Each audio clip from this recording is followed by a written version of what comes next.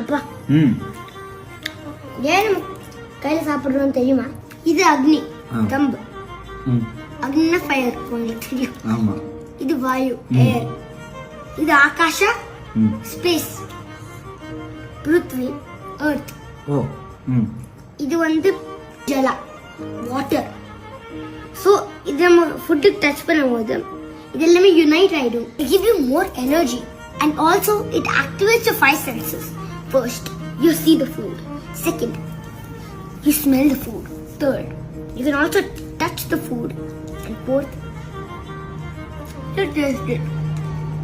And then you can also hear it being crunched with your ears. And then when you touch the food with your hands, the nerves send a signal to the brain. And the mouth will produce more saliva. The gut will also produce more enzymes, which is good for your digestion.